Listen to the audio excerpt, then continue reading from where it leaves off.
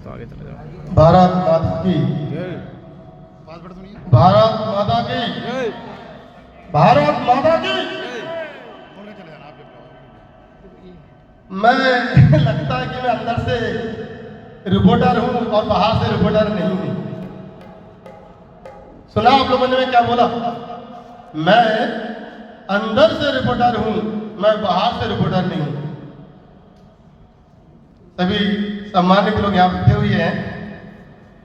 मैं कविता तो मैं बाद में बोलूंगा, 2 मिनट का समय मैं ज़्यादा लूंगा नहीं, ज़्यादा मैं बोल करता नहीं हूँ।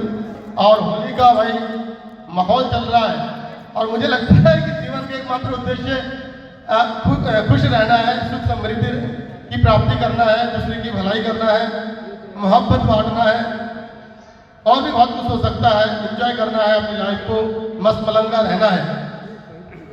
तो साथियों, मेरी पंक्तियां नहीं है, मेरी पंक्तियां बहुत कठोर होती है और मैं सार्वजनिक इसको सुना भी नहीं सकता हूँ। लोग मुझे जो है सोशल मीडिया में देखते हैं और सुनते भी हैं मुझे। तो मैं 3 तरीके से बात करूंगा और 3 पंक्तियों के माध्यम से बात करूंगा। यानी कविता समझ लीजिए या किसी के पंक्तियां समझ लीजिए। और ऐसा मेरी सोच रहता है और जितने भी हमारे पत्रकार बंधु हैं यहाँ पर, उनकी भी ये सोच रहती है।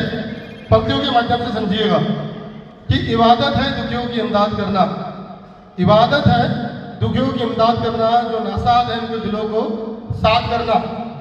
खुदा की नमाज और पूजा ही है, जो बर्बाद है उनको आबाद करना। तो ऐसे विचार रहते हैं मेरे पत्रकार बंधु जितने भी हैं, और जो नहीं ऐसे विचार रखते हैं तो वो अंदर से रिपोर्टर बने।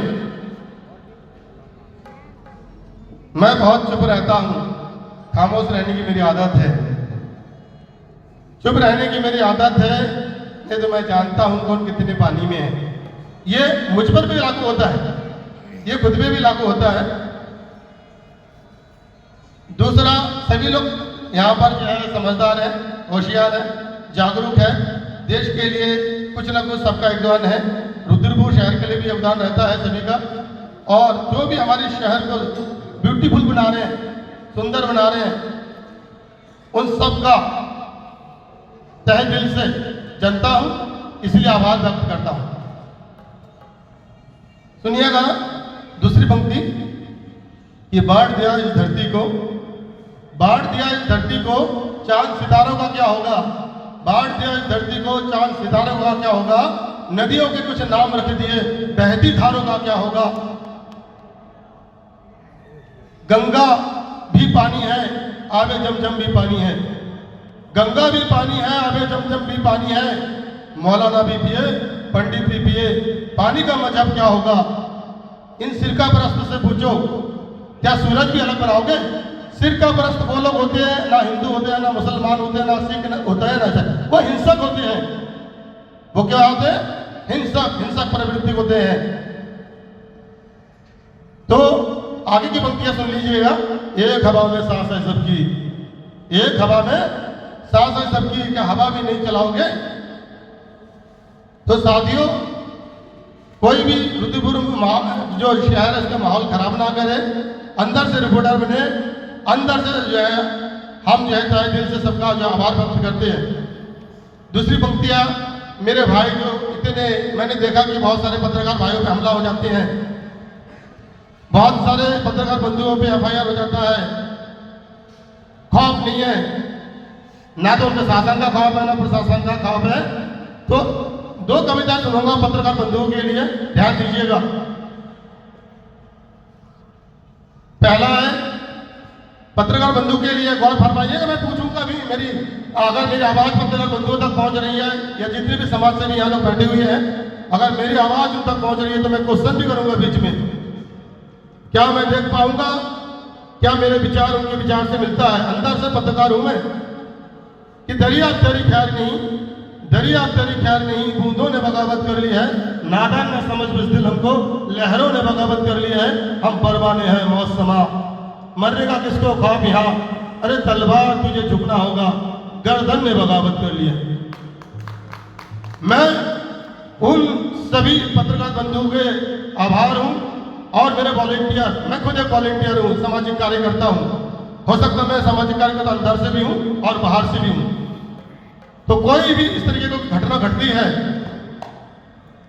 उसके लिए मैं खुद जो है जिम्मेदारी लूंगा, अगर वो अंदर से रिपोर्टिंग करेंगे तब।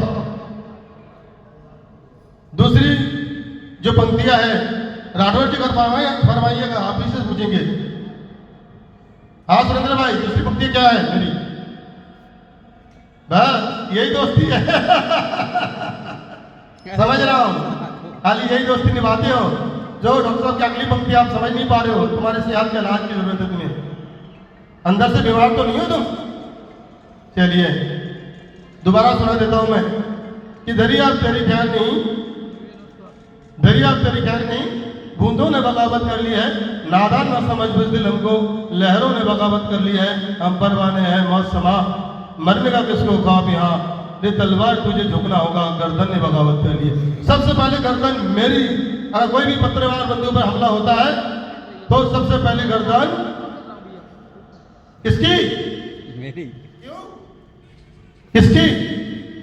ये जितने भी मेरे साथी लोग बैठे हुए, वॉलेंटियर बैठे हैं, समाज के कार्यकर्ता बैठे हैं, सबसे पहले सीना और गर्दन मेरे वॉलेंटियर का रहेगा या मेरा रहेगा?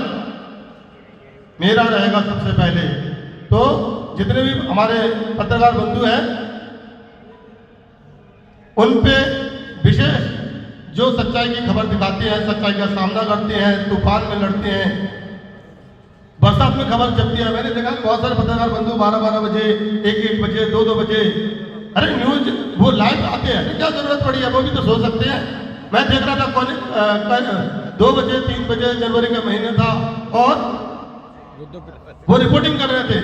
वो रिपोर्टिंग वो अपने लिए नहीं कर रहे थे, वो समाज के लिए कर रहे थे, उस समाज के निर्माण के लिए कर रहे थे।